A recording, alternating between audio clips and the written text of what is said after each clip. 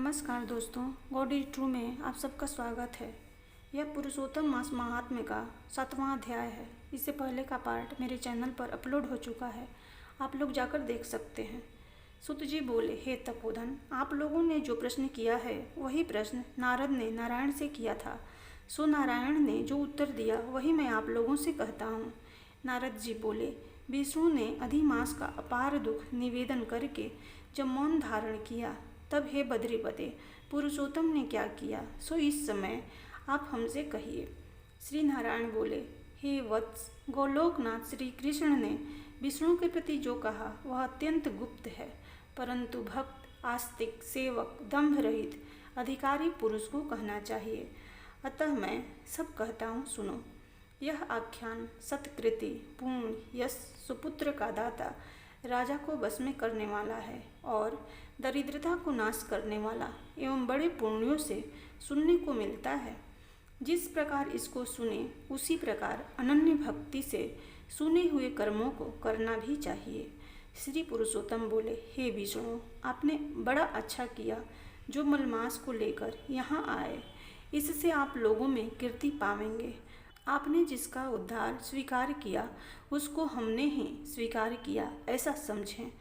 अतः इसको हम अपने समान सर्वोपरि करेंगे। गुणों से, कृति से, अनुभव से, षडेश्वर से, पराक्रम से, भक्तों को वर देने से और भी जो मेरे गुण हैं उनसे मैं पुरुषोत्तम जैसे लोक में प्रसिद्ध हूँ, वैसे ही यह मलमास भी लोकों में पुरुषोत्तम करके प्रसिद्ध होगा। मेरे में जितने गुण हैं वे सब आज से मैंने इसे दे दिए। पुरुषोत्तम जो मेरा नाम लोक तथा वेद में प्रसिद्ध है, वह भी आपकी प्रसन्नता का अर्थ आज मैंने इसे दे दिया। हे मधुसूदन, आज से मैं इस अधिमास का स्वामी भी हुआ। इसके पुरुषोत्तम इस नाम से सब जगत पवित्र होगा। मेरी समानता पाकर यह अधिमास सब मासों का राजा होगा। यह अधिमास जगत पूज एवं जगत से वंदना करवाने के योग्य होगा। इसकी पूजा और व्रत जो करेंगे उनके दुख और दारिद्र्यता का नाश होगा।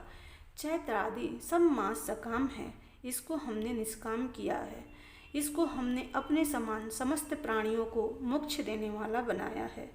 जो प्राणी सकाम अथवा निष्काम होकर अधिमास का पूजन करेगा वह अपने सब कर्मों को भस्म कर निश्चय मुझको प्राप्त होगा।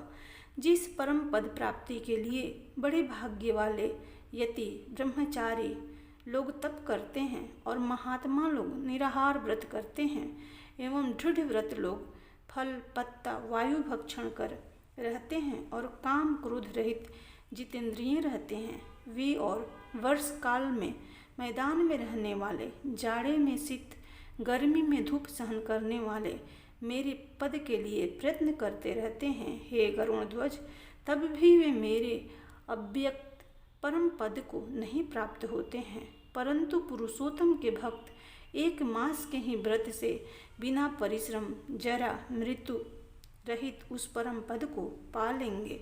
यह अधिमास व्रत संपूर्ण साधनों में श्रेष्ठ साधन है और समस्त कामनाओं के फल की सिद्धि को देने वाला है। अतः इस पुरुषोत्तम मास का व्रत सबको करना चाहिए। हल से खेत में बोए हुए बीज जैसे करोड़ों गुणा बढ़ते हैं, तैसे मेरे पुरुषोत्तम मास में किया हुआ पुण्य करोड़ों गुणा अधिक होता है।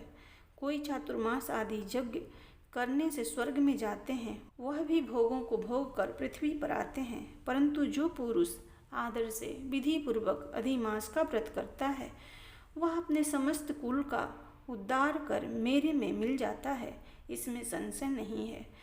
मुझे प्राप्त होकर प्राणी पुनः जन्म, मृत्यु, भय से युक्त एवं आदि व्याधि और जरा से ग्रस्त संसार में फिर नहीं आता।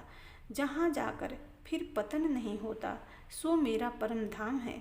ऐसा जो वेदों का वचन है वह सत्य है, असत्य कैसे हो सकता है। यह अधिमास और इसका स्वामी मैं ही हूँ और मैंने ही इसे बनाया है। और पुरुषोत्तम यह जो मेरा नाम है सो भी मैंने इसे दे दिया है। अतः इसके भक्तों की मुझे दिन रात चिंता बनी रहती है। उसके भक्तों की मनोकामनाओं को मुझे ही पूर्ण करना पड़ता है। कभी कभी मेरे भक्तों का अपराध भी गणना में आ जाता है, परंतु पुरुषोत्तम मास के भक्तों का अपराध मैं कभी नहीं गिनता। हे विष्णु, मेरी आराधना से मेरे भक्तों की आराधना करना मुझे प्रिय है।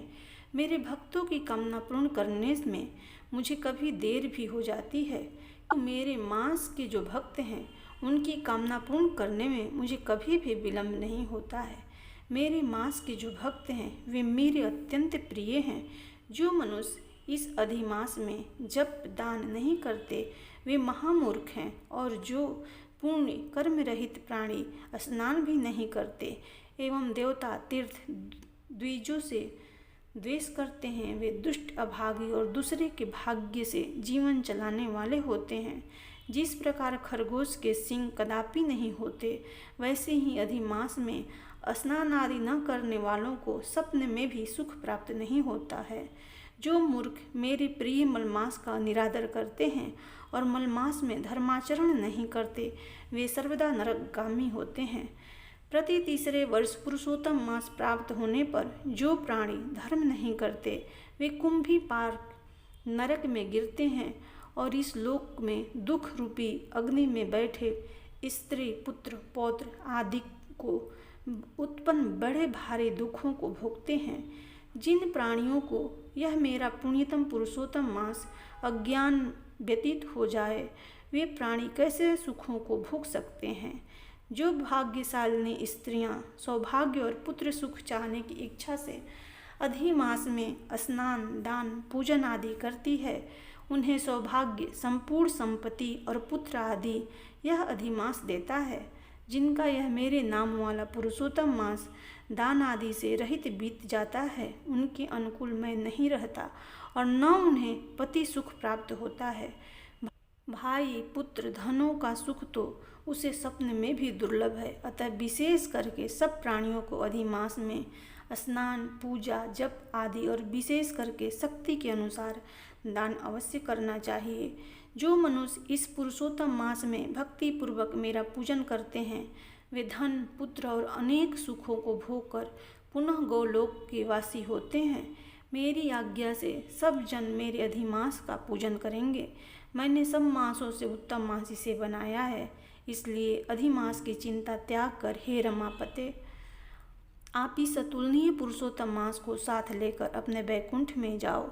श्री नारायण बोले। इस प्रकार भगवान श्री कृष्ण के मुख से रसिक वचन श्रवण कर विष्णु अत्यंत प्रसन्नतापूर्वक इस मलमास को अपने साथ लेकर नूतन जल धर के समान श्याम भगवान श्री कृष्ण को प्रणाम कर गरुड़ पर सवार हो शीघ्र बैकुंठ के प्रति चल दिए।